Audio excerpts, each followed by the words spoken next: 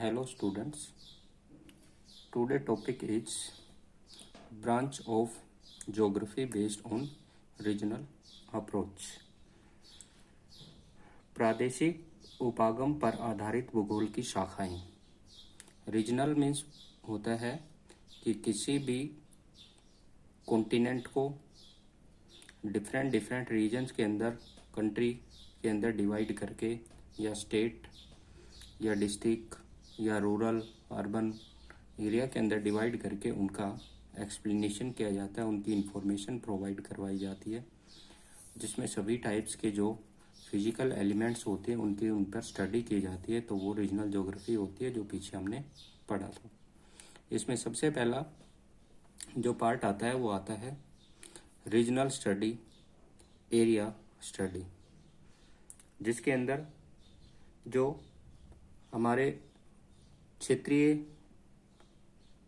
शाखाएं जो होती हैं उनके आधार पर जो है उनकी स्टडी की जाती है. जैसे कि कंपैरिजन, मैक्रो, मेसो, माइक्रो और रीजनल स्टडी. बड़े आधार पर, मध्यम आधार पर, लघु आधार के ऊपर जब किसी भी क्षेत्र की स्टडी की जाती है. जैसे कि इसके अंदर हम पढ़ते हैं कि सबसे पहले हम लेते हैं इसके अंदर कॉन्टिनेंट. कोई भी कंट्री जो है वो किस कॉन्टिनेंट में है, यूरोप में है, एशिया में है, अफ्रीका में है, साउथ अमेरिका में है, ऑस्ट्रेलिया में है, किस कॉन्टिनेंट के अंदर है, उस कॉन्टिनेंट को बारे में हम जानकारी लेते हैं तो वो होता है इसका मैक्रो लेवल. इसके बाद उसमें हम ले लेते हैं उस कॉन्टिनेंट में कंट्री ले लेते हैं तो वो आता है आपका मेसो लेवल. कि जैसे यूरोप कॉन्टिनेंट है, यूरोप कॉन्टिनेंट के अंदर हम जर्मनी को लेते हैं तो वो जर्मनी मेसो लेवल पर आ जाती है. और जर्मनी का कोई भी हम टाउन या सिटी या विलेज या डिस्ट्रिक्ट के बारे में हम जानकारी करते हैं, स्टेट के बारे में जानकारी लेते हैं तो वो आ जाता है आपका माइक्रो लेवल. उसके बाद उसका रीजनल स्टडी जो की जाती है उसके क्षेत्रीय आधार पर भी उसको हम फिर और अधिक पार्ट के अंदर डिवाइड कर देते हैं कि भाई आपका जो है वो एक कोई भी टाउन ले लेते हैं और टाउन को फिर विलेज वगैरह के अंदर या फिर उसके जो हेडक्वार्टर्स वगैरह हैं उनके अंदर डिवाइड कर देते हैं, या फिर उनको जो अदर्स जो कॉलोनी वगैरह हैं उनके अंदर डिवाइड कर देते हैं. तो इस प्रकार से ये मैक्रो, मेसो और माइक्रो लेवल के ऊपर पूरे जो है वो कॉन्टिनेंट को या पूरे अर्थ को डिवाइड किया जाता है और उनके कंपैरिजन किया जाता है कि एक पार्ट दूसरे पार्ट से क्लाइमेट में कैसे है, सोइल में कैसे, इकोनॉमिक डेवलपमेंट में कैसे है, ह्यूमन पॉपुलेशंस के डिस्ट्रीब्यूशन डेंसिटी के अंदर कैसे है. इस प्रकार से इनकी इंफॉर्मेशन जो ली जाती है तो उसको हम नाम देते हैं रीजनल स्टडी और एरियल स्टडी. रीजनल स्टडी और एरियल स्टडी के अंदर इसमें आगे हम ले लेते हैं जैसे कि अलग डिवाइड कर दिया जाता है इसके अंदर रीजनल प्लानिंग, कि उस रीजन्स को डेवलप करने के लिए क्या प्लान तैयार किए जाते हैं, उनके अर्बन कैसा है, रूरल एरिया कैसा है, उनकी सिटी कैसी है, उनके टाउन कैसे हैं, इनके अंदर कंपैरिजन किया जाता है. जैसे कि मान लेते हैं हम ले लेते हैं इंडिया को. इंडिया के अंदर हम ले लेते हैं हरियाणा और पंजाब. तो हरियाणा एक रीजन हो गया, पंजाब एक रीजन हो गया. दोनों रीजन में क्या डिफरेंस है. इसी प्रकार से ईस्ट का कोई भी हम स्टेट ले लेते हैं, जैसे आसाम ले लेते हैं तो आसाम का कंपैरिजन जो है वो हम राजस्थान से करते हैं या फिर तमिलनाडु से करते हैं. तो उनमें क्या डिफरेंस होता है, एवरी फिजिकल एलिमेंट के लेवल पर सभी टाइप के जो भौतिक तथ्य होते हैं, फिजिकल जो कंपोनेंट्स होते हैं उनके आधार पर उनमें क्या डिफरेंस होता है. उसके बाद रूरल, विलेज, टाउन्स वगैरह के अंदर ये कंपैरिजन किया जाता है. तो ये रीजनल प्लानिंग होता है. कोई भी रीजन होता है वो एक दूसरे से डिफरेंट होता है तो उनके अंदर उनके डेवलपमेंट के लिए, उनके इंफ्रास्ट्रक्चर के लिए, उनके रोड ट्रांसपोर्ट, इंडस्ट्री वगैरह के लिए जो प्लान तैयार किए जाते हैं वो सब डिफरेंट होते हैं. और इसकी इंफॉर्मेशन हमें ज्योग्राफी प्रोवाइड करती है कि वहाँ पर कॉटन सॉइल है तो वहाँ पर जो है वो क्लॉथ इंडस्ट्रीज, कॉटन इंडस्ट्री है वह सेटअप होंगी. वहाँ पर मिनरल रिसोर्सेज हैं तो वहाँ पर आपकी मिनरल इंडस्ट्रीज सेटअप होंगी. वहाँ पर जो है वो शुगर केन के लिए फेवरेबल है तो शुगर केन इंडस्ट्रीज सेटअप होंगी. तो इस प्रकार से ये इंफॉर्मेशन हमें ज्योग्राफी प्रोवाइड करती है रीजनल बेस पर. इसके बाद आता है रीजनल डेवलपमेंट। रीजनल डेवलपमेंट के अंदर आता है कि वहाँ की जो रीजनल डेवलपमेंट प्रोसेस है वो किस प्रकार का है, कि पंजाब जो है वो बिहार से डेवलप क्यों है, केरला जो है वो उस और गोवा है उसके डेवलपमेंट का लेवल जो है और अदर जो साउथ इंडियन स्टेट हैं उनके कंपैरिजन में हाई क्यों है। तो इसका रीजनल डेवलपमेंट से रिलेटेड जो इन्फॉर्मेशन है वो प्रोवाइड करवाई जाती है। इसके बाद आते हैं रीजनल एनालिसिस, प्रादेशिक विश्लेषण जो किया जाता है तो वो भी हम ज्योग्राफी के अंदर ही करते हैं। इसमें जैसे आता है there are two aspects which are common to every disciplines, these are. कुछ क्षेत्र जो होते हैं वो सभी जगह के ऊपर एक समान से ही दिखाई देते हैं, कॉमन हो जाते हैं उनके अंदर। तो उनमें क्या आता है, तो इसमें सबसे पहला जैसे कि आपका आ जाता है फिलोसफी। ज्योग्राफिकल थॉट्स जो होते हैं वो एक क्षेत्र दूसरे क्षेत्र में किस प्रकार के होते हैं उनकी इंफॉर्मेशन जो है वो ले जाती है। Land and human interactions, land का ह्यूमन के साथ क्या इंट्रैक्शंस होता है, ह्यूमन बीइंग जो है उसका उसके जो नेचुरल फीचर्स होते हैं, क्लाइमेट कंडीशंस होती हैं और अदर्स जो फिजिकल फैक्टर्स होते हैं वो उन पर किस प्रकार से अफेक्ट करते हैं। ह्यूमन का इकोलॉजिकल सिस्टम वहाँ पर किस प्रकार का पाया जाता है। ये आप देखते हैं कि हर एक कॉन्टिनेंट और हर एक कंट्री के अंदर जो है वो हमारे लैंड फीचर्स वगैरह होते हैं, फिजिकल फीचर्स जो होते हैं वो डिफरेंट होते हैं और उनके साथ ही ह्यूमन जो है वो इंटर रिलेशंस करके अपनी इकोनॉमिक ग्रोथ को इंक्रीज करता है। कुछ एरिया के जो लोग हैं वो अपने जोग्राफिकल फीचर के साथ इंट्रैक्शंस होकर के अपने डेवलपमेंट के लेवल को इंक्रीज कर लेते हैं, जबकि कुछ एरिया के जोग्राफिकल फीचर जो होते हैं वो ह्यूमन डेवलपमेंट के फेवरेबल नहीं होते, तो वहाँ पर इकोनॉमिक डेवलपमेंट और ह्यूमन डेवलपमेंट का लेवल रिड्यूस हो जाता है। तो ये वहाँ के लैंड और ह्यूमन इंट्रैक्शंस को अफेक्टेड करते हैं। उसके बाद आते हैं कि ज्योग्राफी को अंडरस्टैंडिंग करने के लिए कौन से मेथड और टेक्निक जो यूज की जाती है, उसके डेटा वगैरह लेने के लिए हम किस प्रकार की टेक्निक का यूज करते हैं। तो इसमें जैसे सबसे पहले आ जाता है मेथड एंड टेक्निक्स। इसमें जो मैप वगैरह बनाते हैं, हम मानचित्र वगैरह तैयार करते हैं, तो उनको हम cartography include computer cartography. Earlier time के अंदर ह्यूमन बीइंग जो है वो स्केल के थ्रू जो है वो अपने कार्टोग्राफी तैयार करता था, लेकिन आज जो है वो हम किसी भी रीजन्स की कार्टोग्राफी जो है वो कंप्यूटर के थ्रू जो है वो बना देते हैं।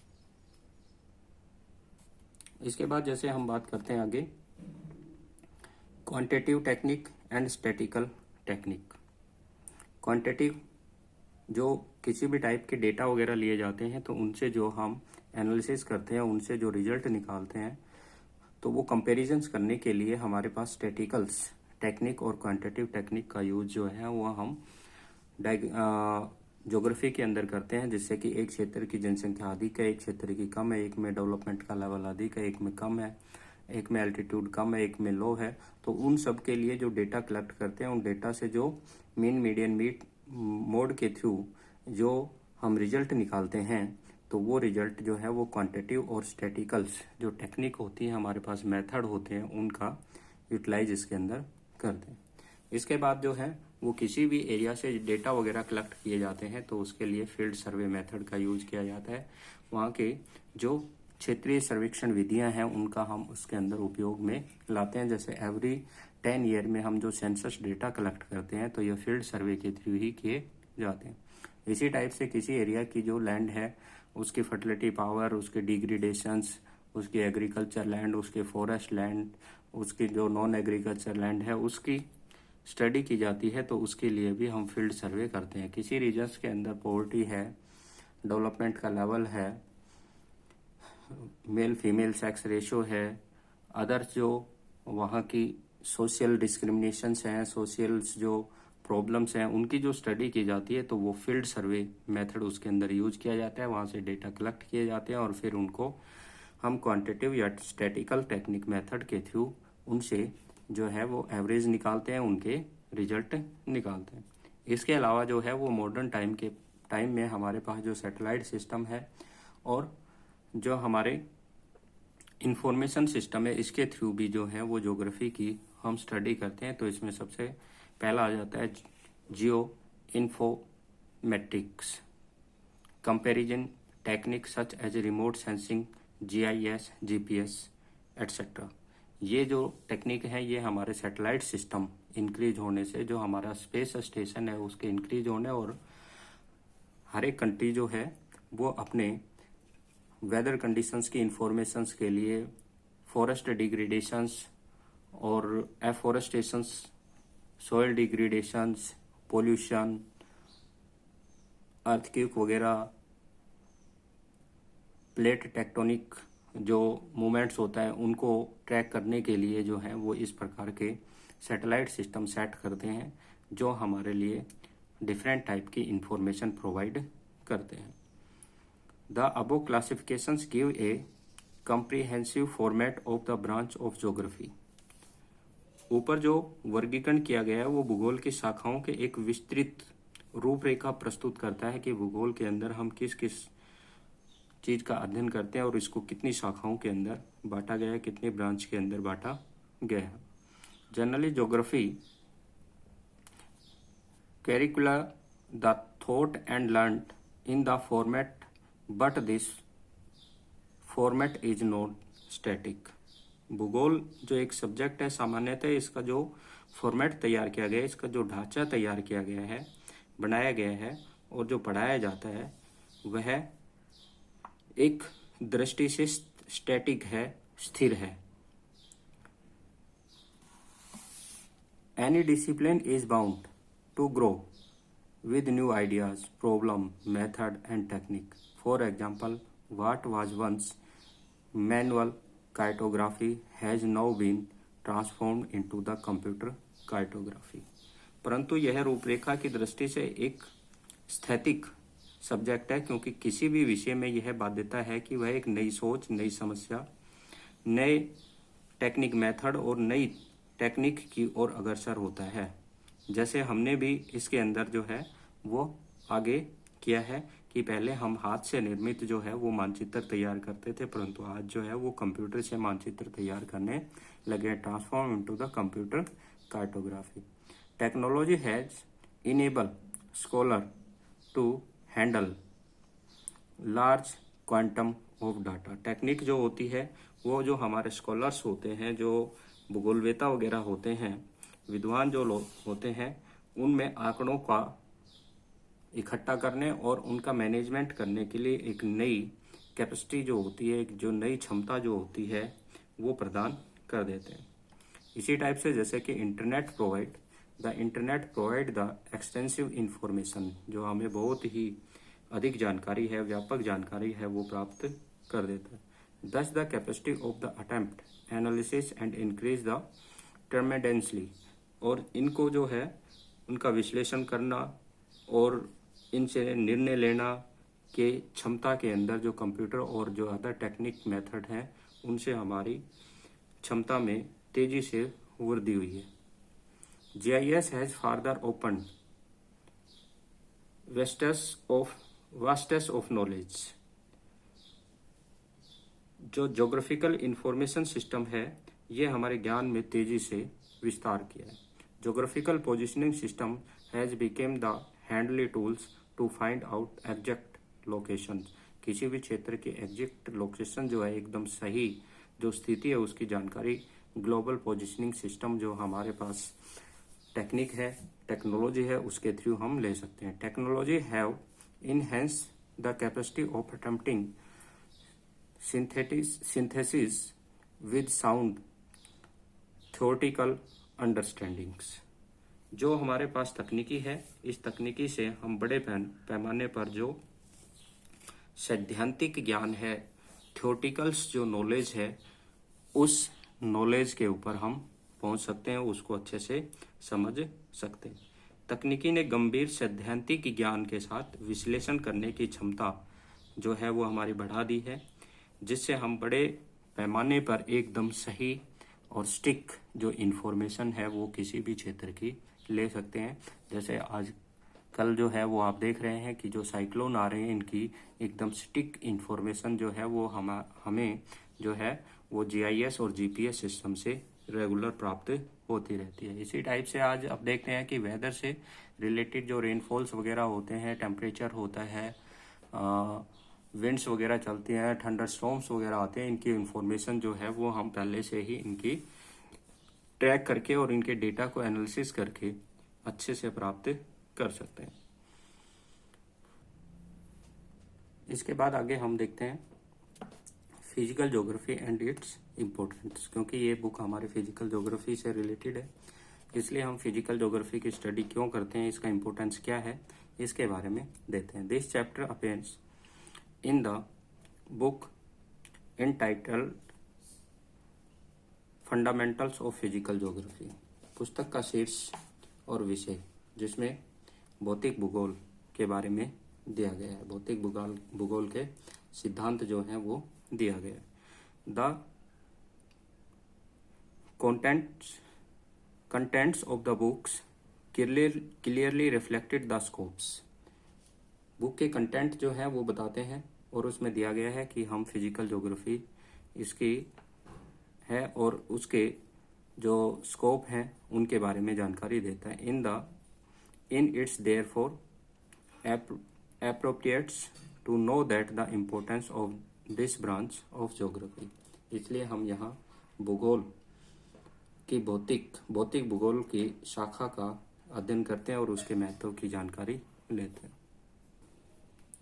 Physical geography include the study of lithosphere, landscape, drainage, relief and physiography, atmosphere, its composition, structure, elements and control of weather and climate, temperature, pressure, winds, precipitations, climate type etc। Means जितने भी हमने ये topics पढ़े हैं इन सभी topics की study physical geography में की जाती है और ये बुक जो हम पढ़ रहे हैं इसके अंदर इन्हीं सभी टॉपिक्स को एक एक लेकर के उसकी स्टडी हम करेंगे। Hydrosphere, oceans, sea, lake and associated features with water realm, and biosphere, life form including human being and microorganisms, their sustaining mechanisms, food chain, ecological parameters and ecological balances, soils and forms through the process of the pathogens and depend upon the parents rock, climate, biological activity and time provide maturity of soils and help the development of soil profiles।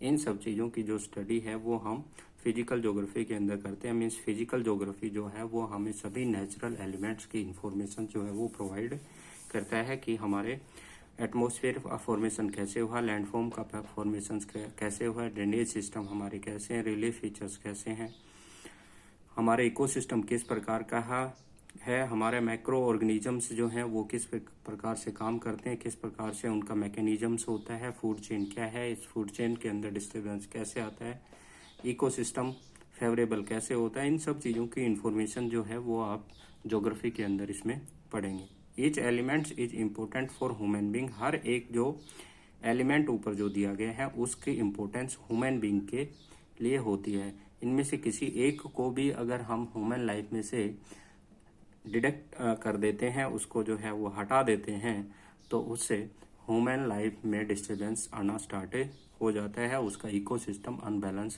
हो जाता है। Landform provide the base on which human activity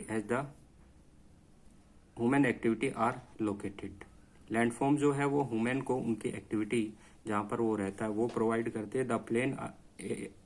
The plains are utilized for agriculture, plateau provide forest and minerals, mountain provide pasture, forest, tourist spots, and the source of rivers providing water to lowland। Means ये सब का importance इसमें बता दी कि plain area है वो हमें agriculture के लिए फर्टाइल लैंड प्रोवाइड करता है, प्लेटो एरिया है वो हमें फॉरेस्ट और मिनरल्स प्रोवाइड करते हैं, माउंटेन एरिया जो है वो हमें पास्चर लैंड जो घास भूमियाँ हैं, फॉरेस्ट हैं, टूरिस्ट स्पॉट्स हैं, रिवर्स हैं, ये प्रोवाइड्स करते हैं। Climate influence our house type, clothing and food habitats. और जो क्लाइमेट्स है वो किस प्रकार से हमारे घरों की स्थिति जो है, हमारे फूड्स जो हैं, हमारे क्लोथिंग जो है, हमारे जो अदर हैबिटेट्स रीजन्स हैं उनको किस प्रकार से अफेक्टेड करते हैं, ये आप देखते हैं कि कहीं पर ट्रॉपिकल, कहीं पर टेम्परेट, कहीं पर ह्यूमिड, कहीं पर मॉडरेट क्लाइमेट है, तो वहाँ पर ह्यूमन एक्टिविटी और ह्यूमन जो कंडीशंस होती हैं वो डिफरेंट डिफरेंट होती हैं। The climate has profound effect of the vegetation's cropping pattern, livestock farming, some industry etc. इन सब को जो है वो अफेक्टेड करने वाले होते हैं जो हमारे क्लाइमेट फैक्टर होते हैं। Human beings have developed technology which modify climate elements in the restricted space such as air conditioner and coolers.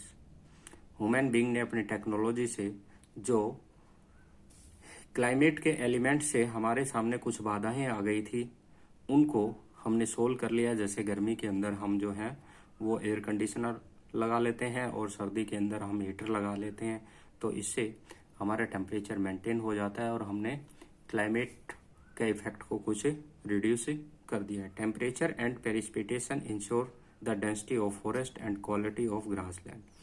जो टेम्परेचर होता है और प्रेसिपिटेशन जो रेनफॉल्स होती है और तापमान होता है वो हमारे घास भूमि क्षेत्र, फॉरेस्ट एरिया को अफेक्ट करते हैं और पॉपुलेशंस की डेंसिटी और डिस्ट्रीब्यूशंस को भी अफेक्टेड करते हैं। In India monsoonal rainfalls set the agriculture rhythm in motions.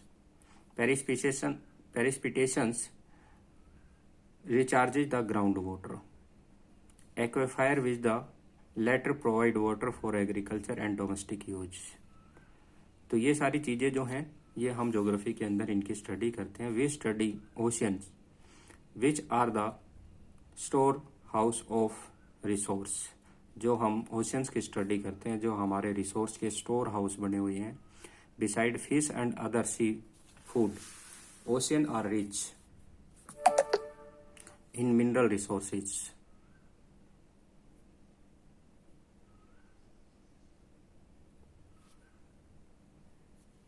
Mineral resources, India has developed in the technology for collecting manganese nodules from the ocean beds.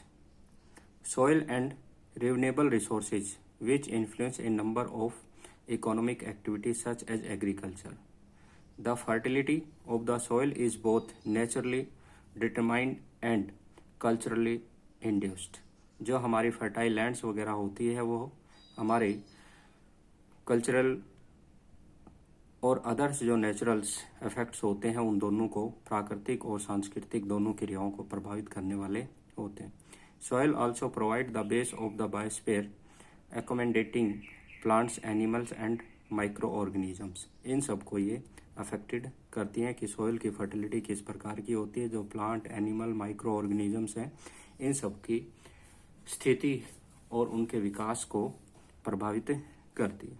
तो ये इसके अंदर हमें पढ़ना है कि फिजिकल ज्योग्राफी के अंदर हम सभी टाइप्स के जो फिजिकल एलिमेंट्स होते हैं नेचर्स के थ्रू जिन भी टाइप्स की एक्टिविटी को फॉर्मेशंस किया जाता है उन सब की स्टडी हम फिजिकल ज्योग्राफी में करते हैं।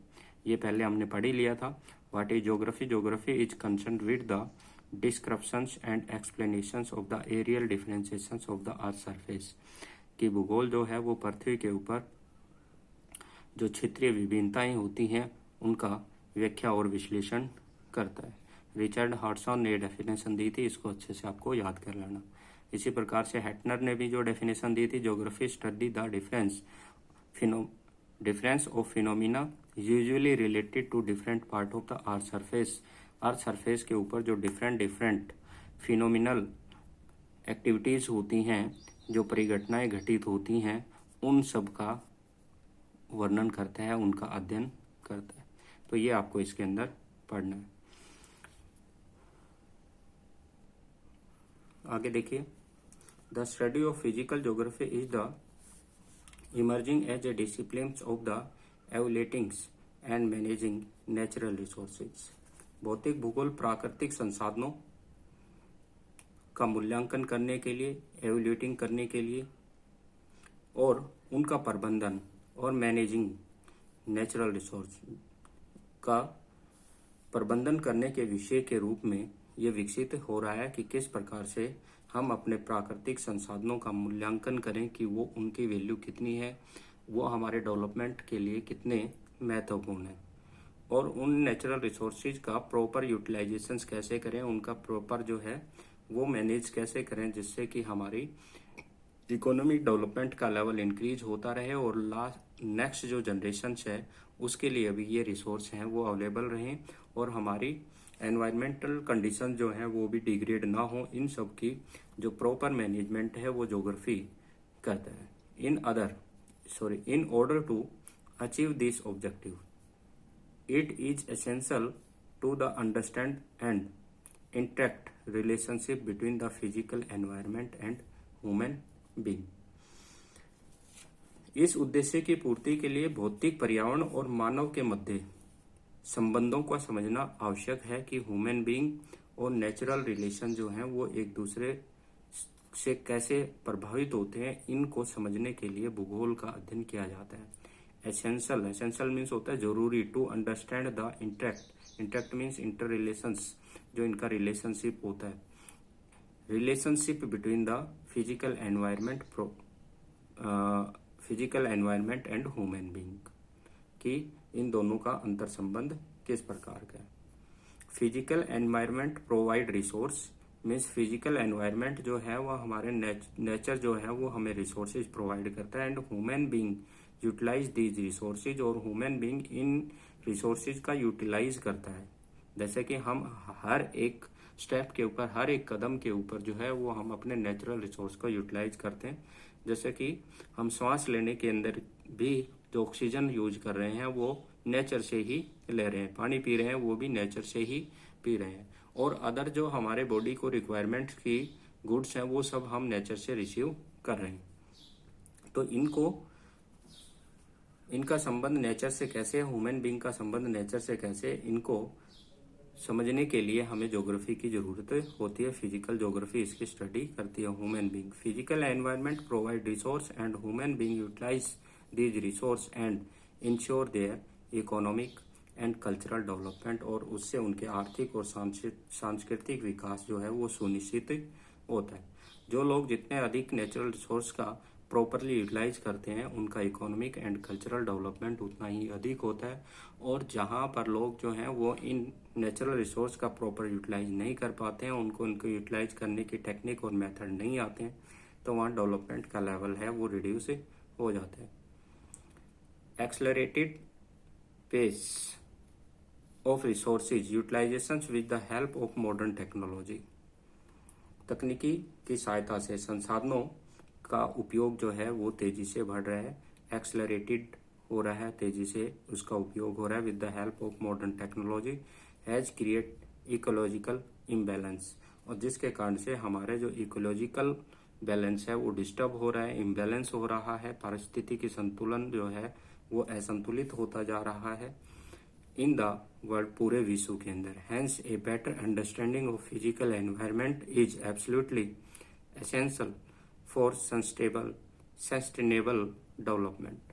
इसलिए सतत पोषणीय विकास के लिए हमें जरूरी है कि हम भौतिक पर्यावरण का अध्ययन करके और उन रिसोर्सेज का उपयोग करें, उनका प्रॉपर यूटिलाइज करें, जिससे हमारे इकोनॉमिक